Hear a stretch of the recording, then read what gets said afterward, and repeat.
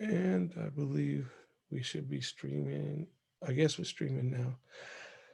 So yeah, like I was saying, I'll just repeat it for the recording. And let me make sure that doesn't turn.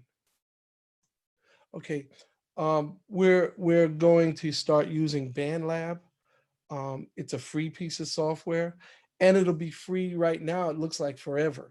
So it's not something that like Soundtrap where it's only going to be for 2 months or 3 months and it'll run out. Now you're not losing anything that you've done on Soundtrap. Everything is going to be there.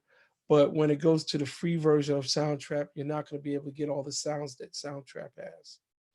So with this software, you're going to be able to use it fully for as long as they allow it free. I mean, there's no determination. I don't want to promise something on somebody else's business, but basically it's 100% free. Um, so that being said, just to give you an idea of what you can do with it, I did a song, and oh, they have an app that you can actually use on your phone, iOS device, um, and it has a thing called Looper, and we'll put tutorials of Looper on the site. It's not on our resource site yet, but it'll be there in another couple of hours after this course. Um, and Looper has these loops that you can play with and actually create a song. And you could actually start your tracks with Looper on your phone and then open it up inside of the browser and on your computer and actually edit it and do all the things that you want to do to it. So I'm gonna I'm gonna right now share a screen and oops, wrong button. And oh yeah.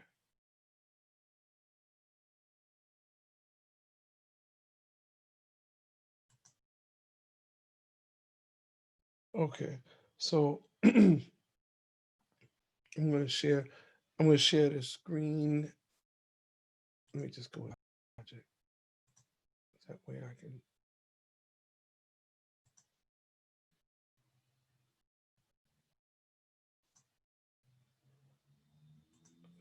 go into the project. Really?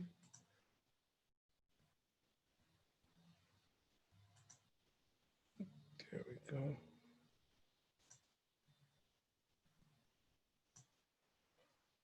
Okay, here we go. And let me open it up to the full screen so you guys can see it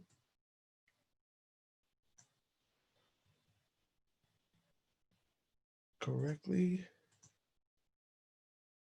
Full screen. And now I'll share it.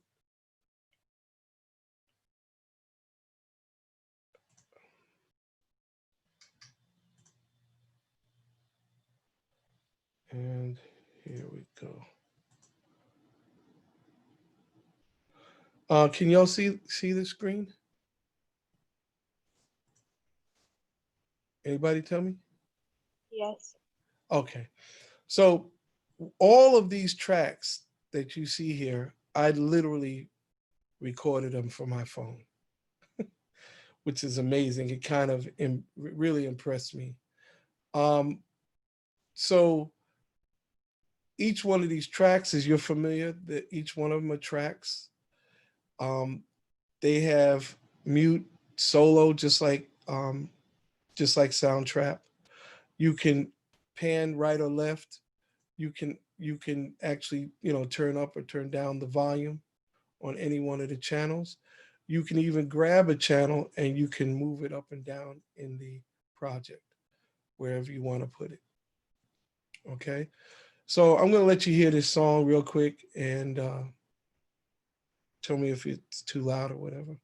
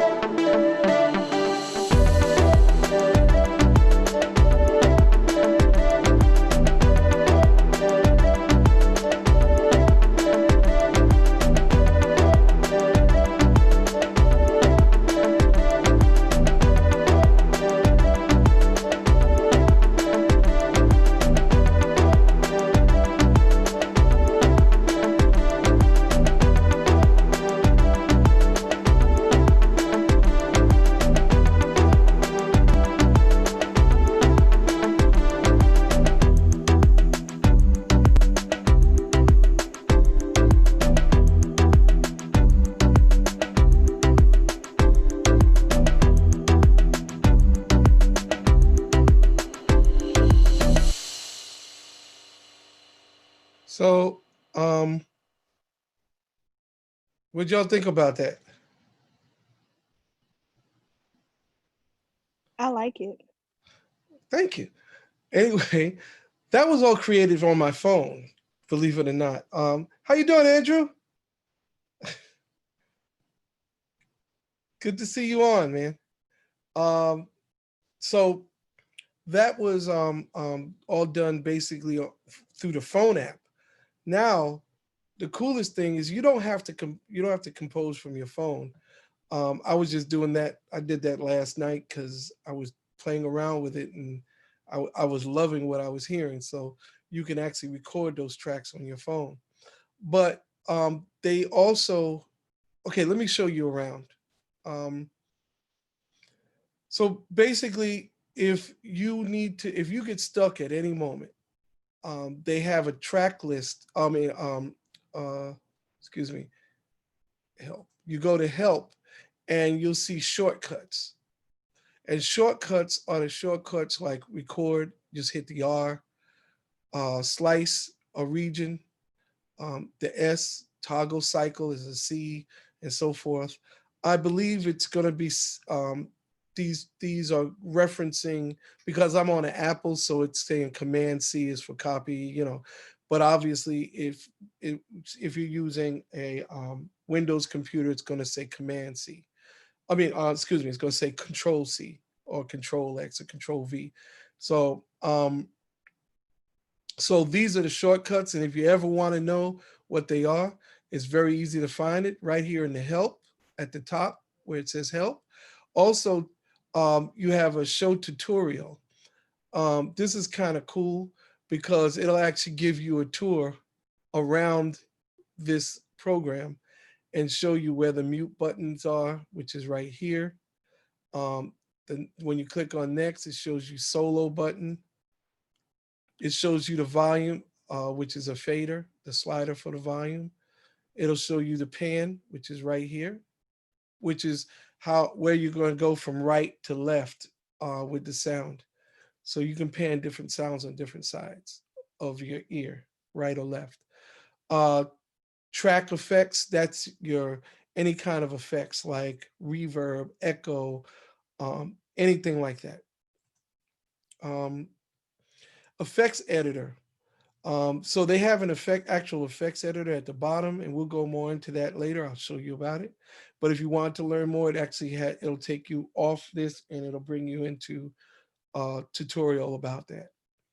Automate your tracks, and again, if you want to learn more about how to do that, but here's the button for automation, and I will show you how I automated these tracks. Global track settings, which is the your tempo, the key. So you can actually change the key to the whole song if you want. You can change the tempo to the whole song, and everything will sync up. Um, and you have your metronome here, and you have a master volume, which is right here. Okay, down here, there's a button for lyrics and notes. And the cool thing about that, if you're gonna sing a song or whatever, you can actually put your lyrics in there, and you could be reading your lyrics. It works on a phone too. So there's a way that you can actually create a video on your phone, and you can sing the lyrics and be reading the lyrics along with your music. That's really cool. And here's the looper packs, and we're gonna go into those next. And as it says, we're all set. If you want tutorials, you can click on tutorials. And once again, the way I got there again was through the help button, and then we clicked on tutorial. Okay, we can also open a help center, or that will take you, I believe, off. It'll take me off of this place and bring me to like a blog area. And then we have the help bot, which opens up a window at the bottom right. So there's a lot of support here. So if you put in mix, for instance, and hit enter, um, it'll tell you what is video mix, getting started with video mix, and all these things. And if you want to know about any of that, you just click on any one of those, and you have your tutorial right there. So it has a lot of ways for you to understand how to work this program. So I just wanted to know that the help button can be your best friend. In I used it a lot last night, just finding out about different things. The next thing I wanted to go is the bottom right side are loops. And these are actually divided up by genre. So, and genre, if you don't know what genre is, that's the type of music. So if it's experimental atmospheres, IDM, I don't know what IDM is.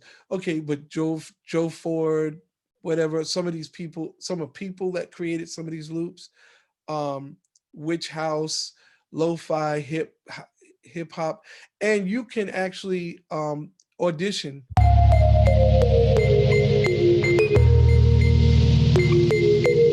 Gives you an idea of what's in that particular group of I'm just clicking around, not with any kind of. I like this Game Boy.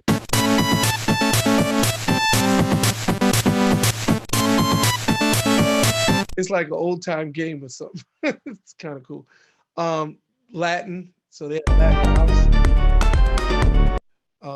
That song that you just heard me do was all of those loops came out of this loop pack.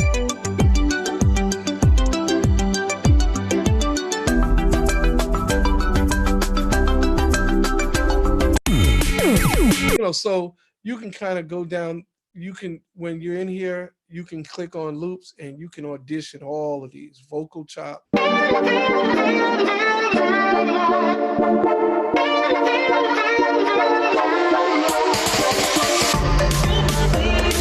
So the thing, you're not hearing everything real well because the Zoom is in mono. So these actual sounds are in stereo, and they really open up when you get to hear them yourself on your own computers. So as you can see, I'm still scrolling down. It's like a ton of sounds. Drum and bass, underground track, atmosphere, dub, K-pop, neo jams. I mean, it goes on and on forever. I think I'm at the bottom. No, I'm not at the bottom.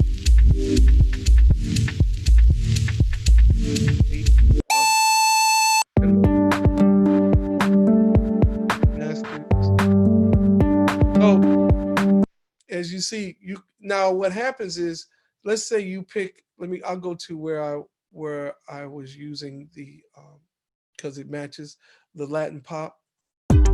So when you open up any one of these, if you single click on it, it opens up all the loops that's under that genre.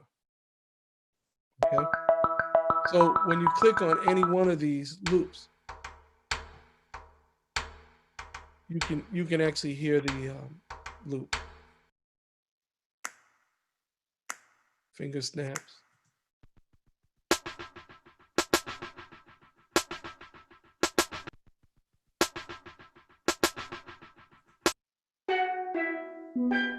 You heard that one in my song. So let's say if I wanted this vibra slap in the project, all I have to do is double click on it, and bingo, it's in the track. It created a track for it. Now I can actually, so you'll hear it.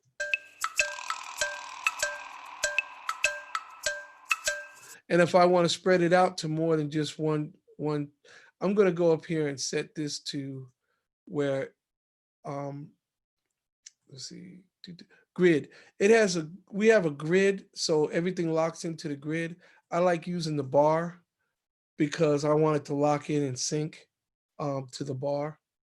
And a bar is, in this is 4 beats, so every 4 beats is a bar. So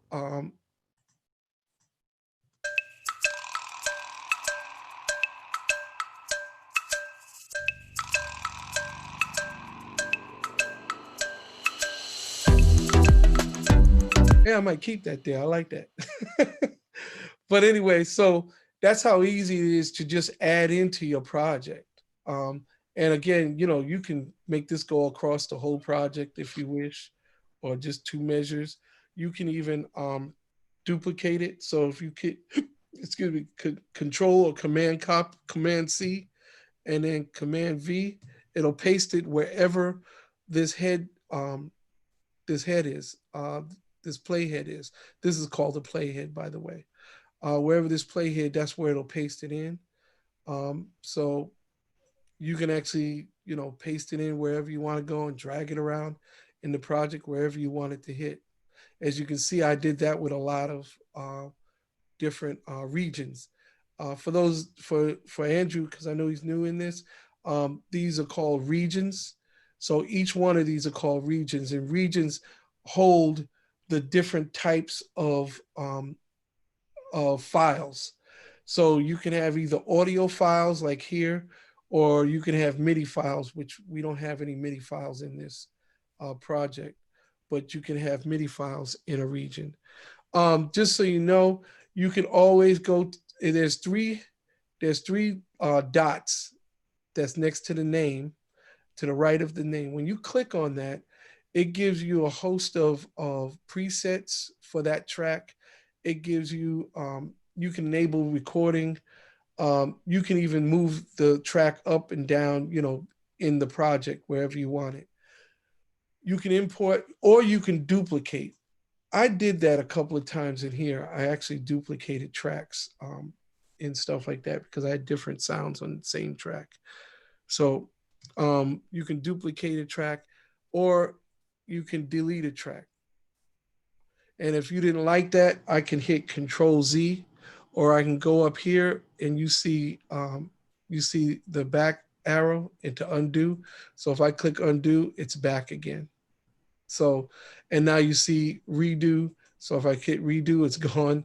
And and everything in this software can be undone and redone over and over again. Uh, I didn't want this over here, so I'm just going to delete that region. But I'm going to keep this in the. Now when I save it, it's going to save as a new project. Hold on 1 second. I also want to change the view. See if I can get more grids.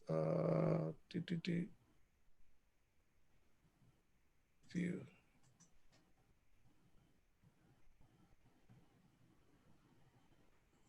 Um,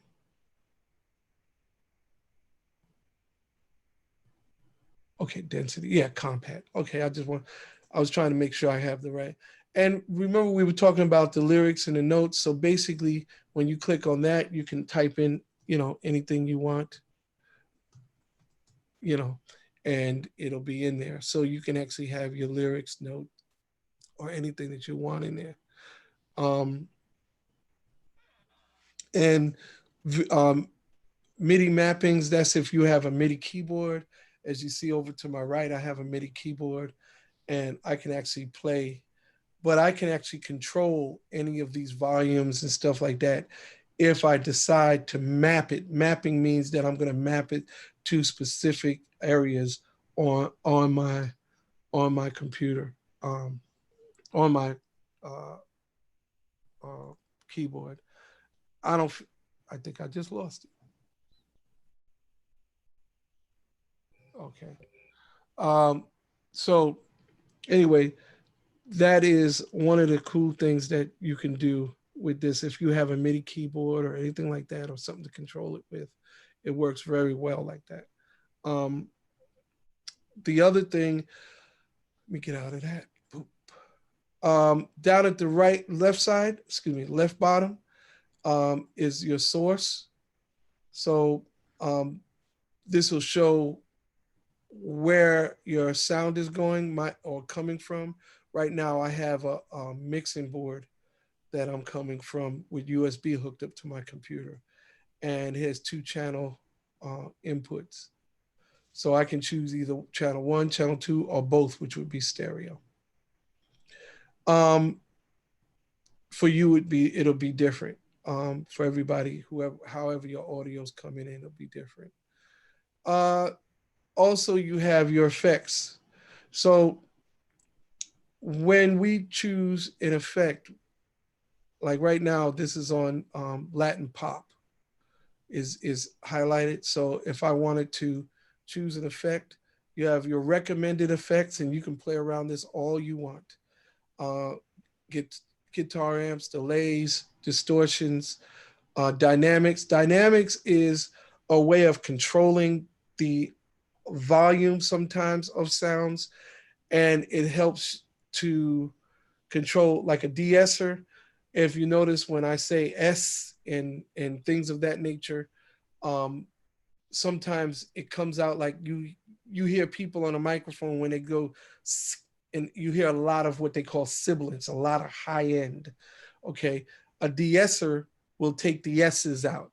The and that's why I call it a de-esser.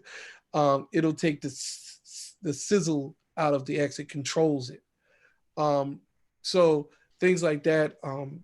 Noise gate is a plugin that will, if you have background noise, it will shut down the mic that you're on when you're not talking.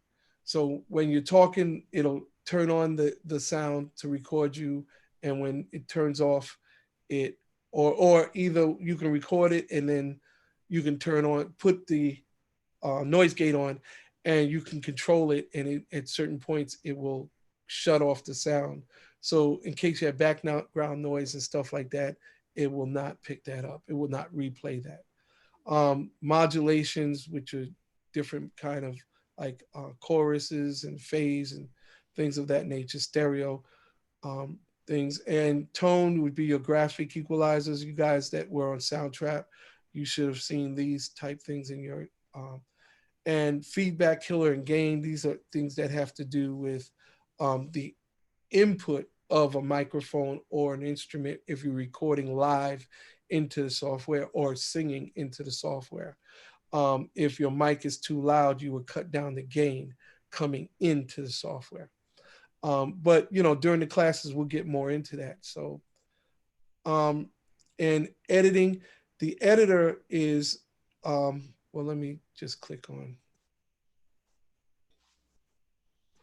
the editor. If I double click on any of these regions, it'll show up in the editor, and I can actually make the this field, this audio playback twice as fast, or I can pitch it up or down, or I can reverse the audio.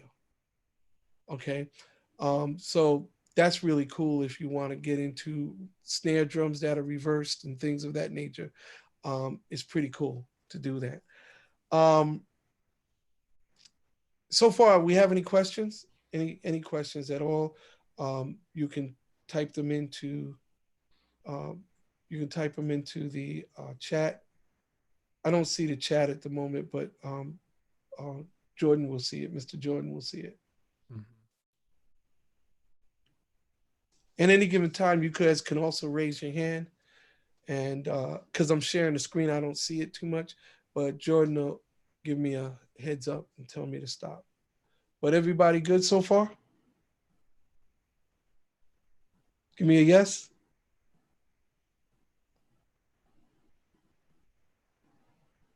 Yes. Awesome. I got one yes. I'm good. Okay. Thank you, Naomi. You're welcome. Okay. so you by the way, your numbers on your video should have went up because I shared it. um the where was that? Okay.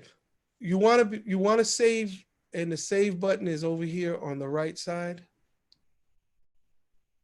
Now, when you save it, if you click on this button that came up on the bottom, you could just exit out, and it'll keep you in the project. But if you hit the arrow, it'll take you out of the project, which is cool. And then you'll see your actual project um, being mixed. It'll get mixed, and then you can hear it here.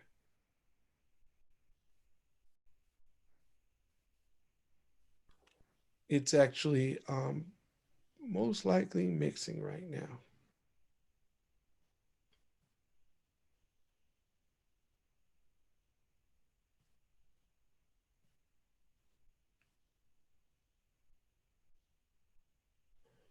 Okay.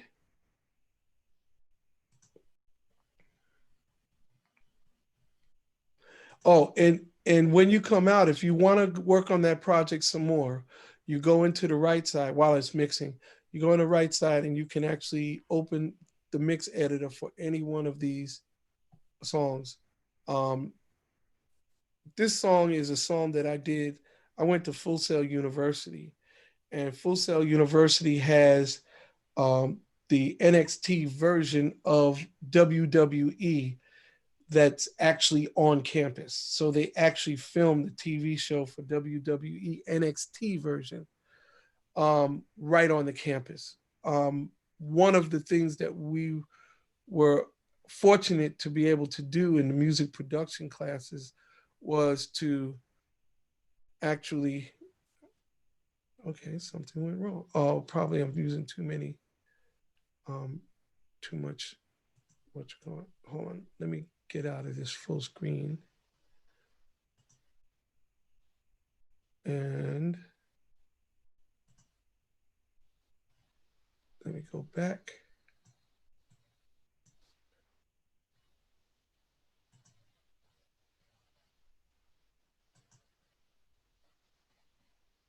Okay.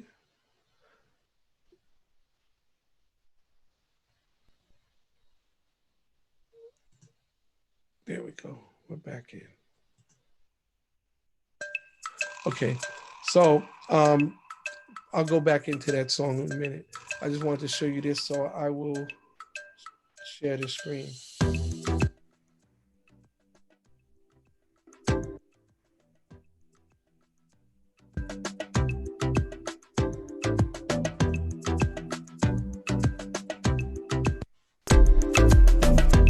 So all I did was just play it right from here. And that's the same song that we just heard before. When you get into, let me see if this will let me open up the mixer again. I don't know. No, it won't let me do it. So I wrote a song called Leave It Alone. I can play it from here.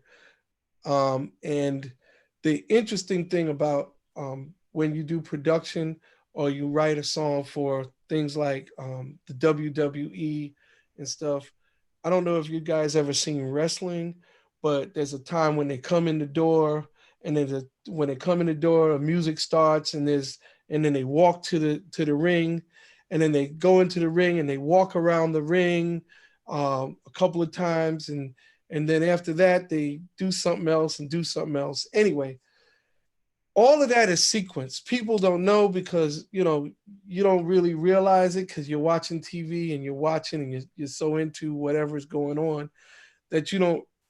It's not important to you that that everything was programmed like that. That wrestler knows he has 20 seconds to get to the stage. And then when he gets up on the stage, he has 40 seconds to walk around. He's practiced that. He's practiced that walk and everything that goes on. So he may do flips and all that stuff, but it's all been practiced to be at a specific time. So this song that I wrote, that I had to write, had specific changes had to change on exactly 20 seconds and 40 seconds and 30 seconds and so forth. And you'll hear those changes. And it had to be a drastic change where people would know that there's something different happened while it's still being the same song. So these kind of things are the challenges that you get in real life when you're actually doing music production. I'm going to play it.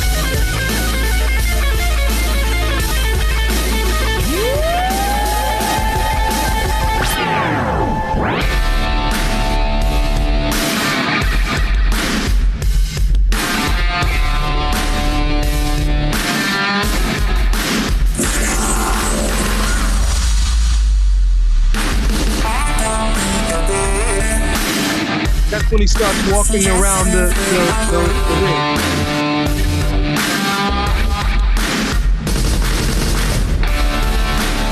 That was another thing.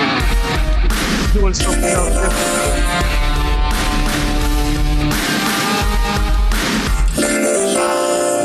There's another part right here.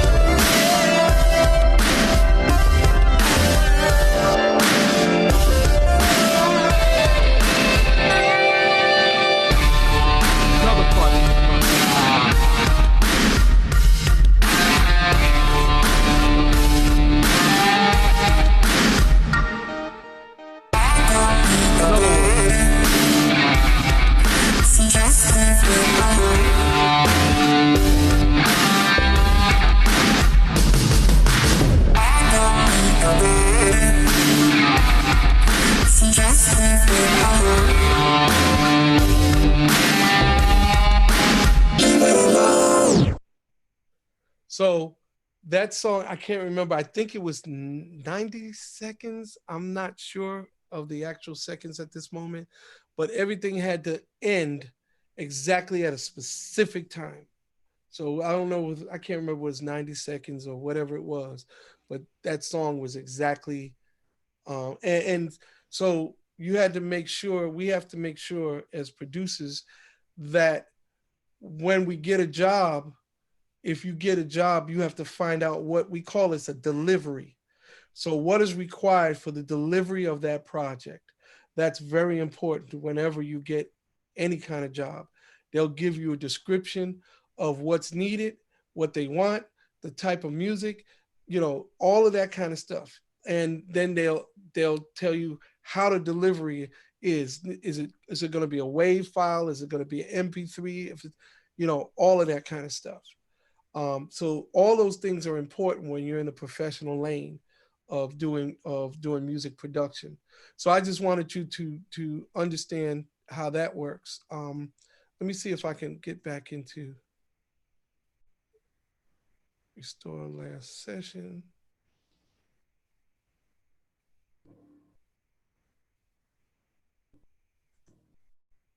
And I don't know why it's not. Let me unshare for a minute and see if I get back in here. Let me log in as individual real quick. Boom.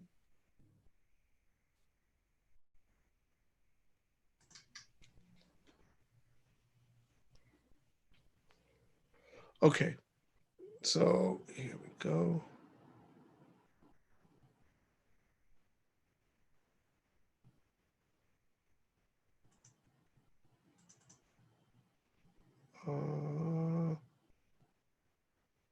Library. So we begin. Okay, editor. Here we go. All right. I'm having a little problem, I guess, because we're in Zoom. So I got back into the project again.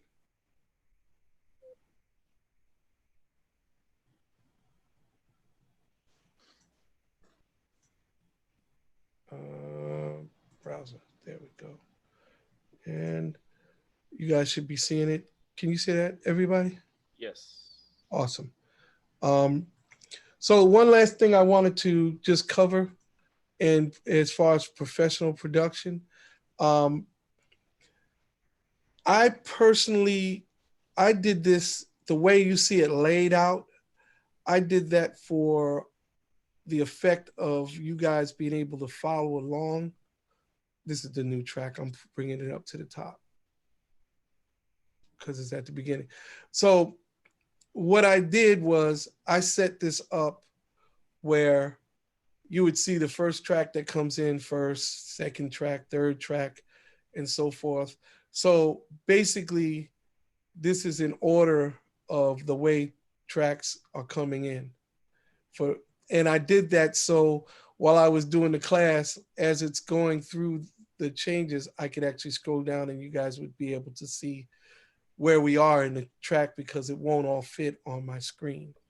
So now the actual way that you want to do this is let me just go to full screen. The actual way that you really want to do this in a professional way, you always want to keep drums at the top. And I'm doing this so we have it online and in the video so you guys can see it if you're not sure of the order.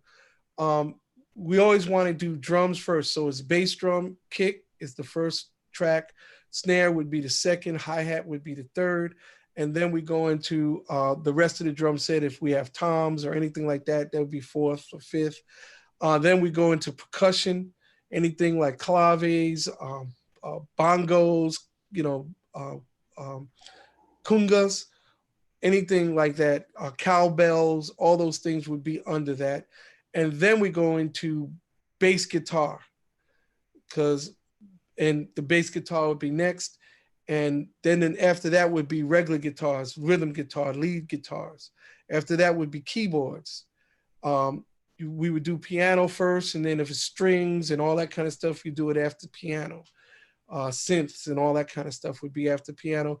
Then we go into our if you have flutes and things of that nature, um, brass and all that kind of stuff, it would come after that. At the bottom would be vocals, and then any sound effects or stuff that you would have after vocals. Lead vocals would be first, and then everything else, you know, under that, backgrounds, then sound effects. The reason why I'm telling you that order is because if you ever wanted to, whenever you're doing a professional job, and let's say you're going to give a project like this because you're not going to mix it, they're asking you to send you the project.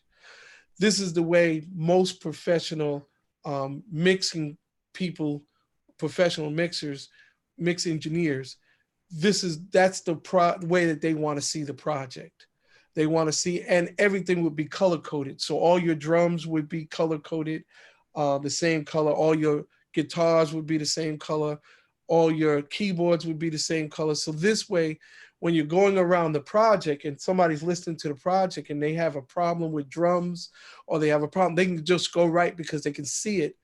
When you have a lot of tracks, like right now, we have 1, 2, 3, 4, 5, 6, 7, 8, 9, 10, 11, 12, 13 tracks. So it's getting to be track, not track heavy really, but some projects can go into 30 up to 60. And if you have orchestras, they can go up to, hundreds of tracks. When you see movies and they have the orchestras and stuff like that, they're dealing with projects that are dealing with 800 or so tracks. Okay.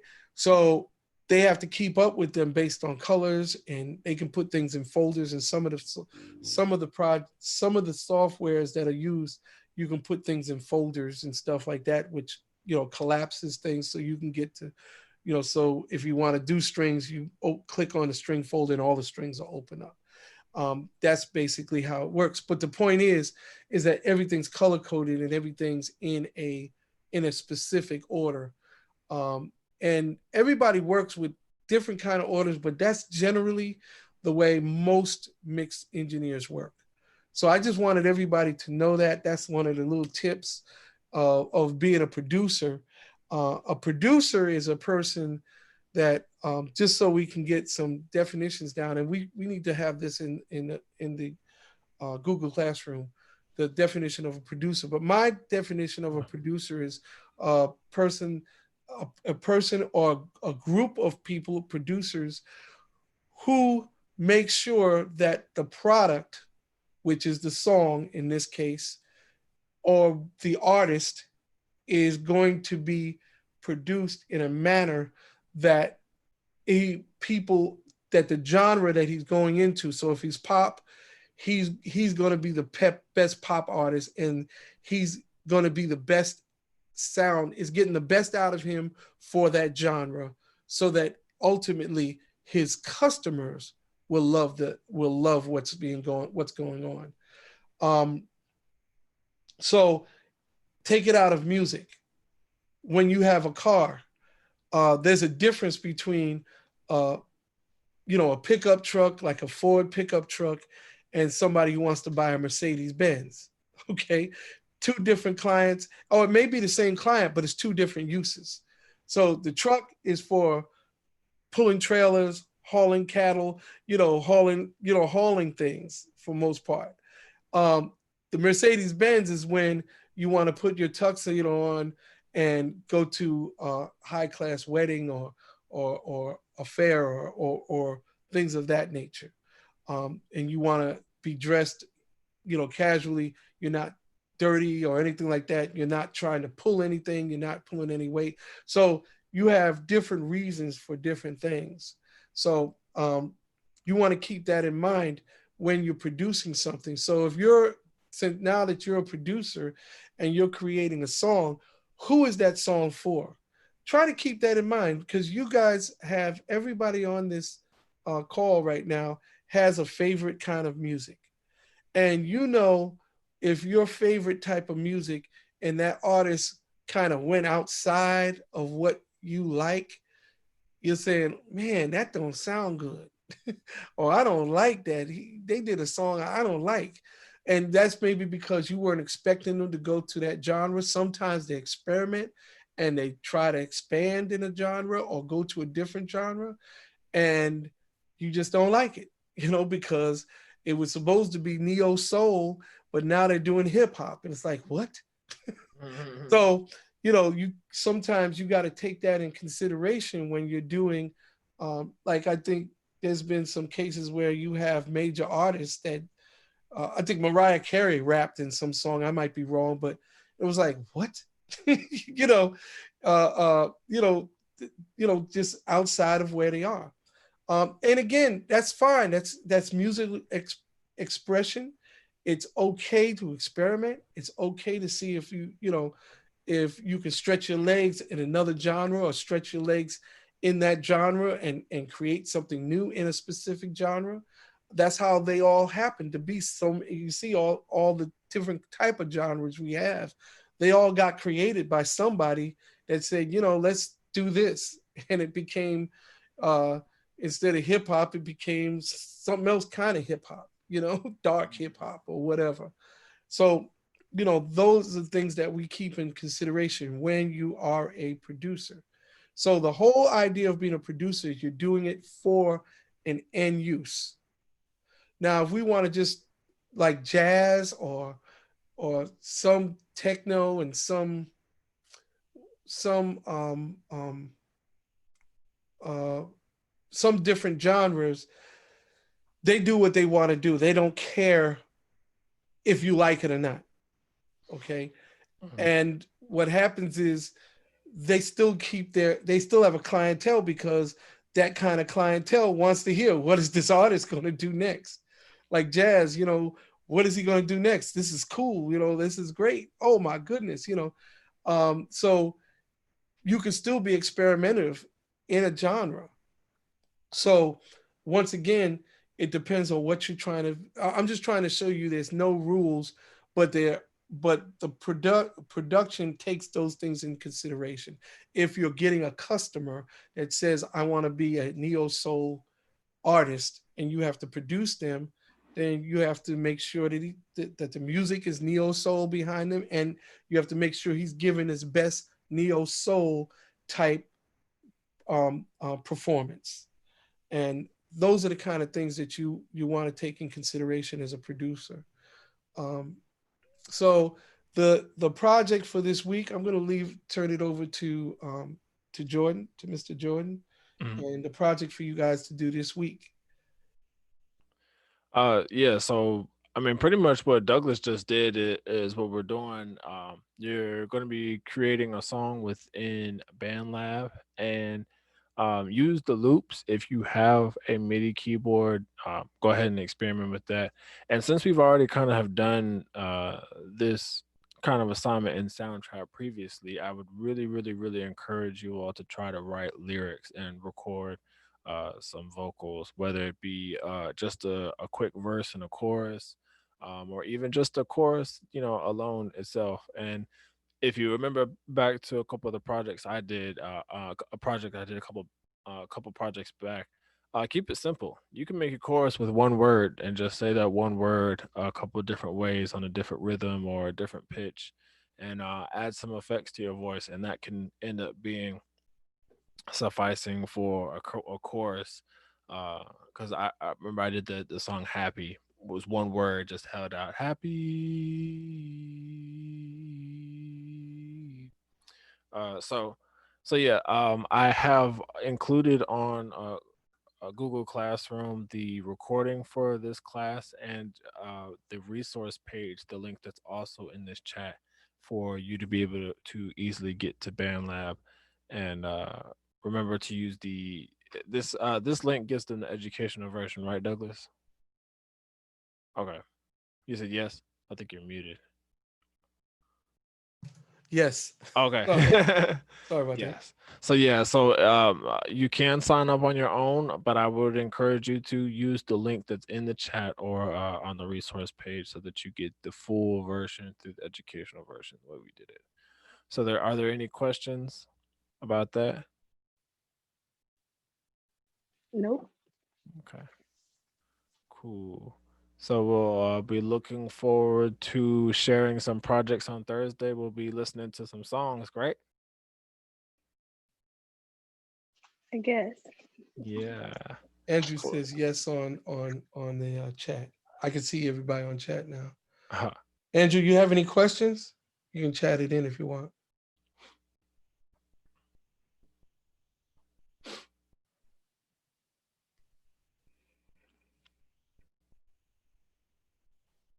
and I know these classes are for free, but oh, we're using BandLab, Andrew. For or is he asking for? I'm gonna type it in.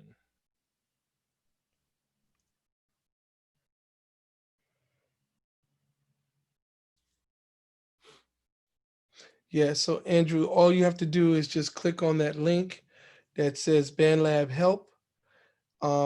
If you click on that link, it's going to take you to our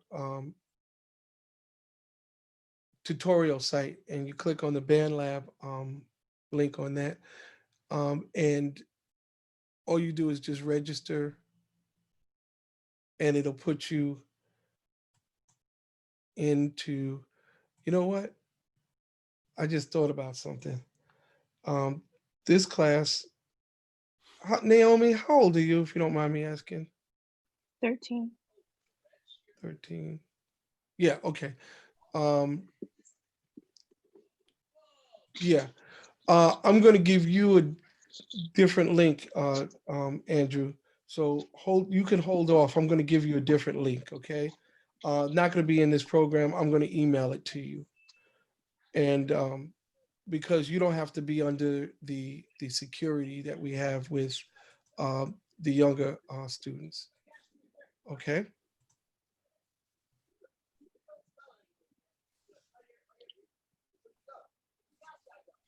So moving on. Yes, you can go. You can go to um, Naomi. You can go and your friend. What's her name? She's off. Zioni. Huh? Zioni. Zioni. Yeah, Zioni can go. That's ready now on the resource page. I didn't put the link yet now on the resource page for Andrew and everybody else. So I'm getting ready to do that after we get off this call, and I will send it out to you, Andrew. And that is all we have for today.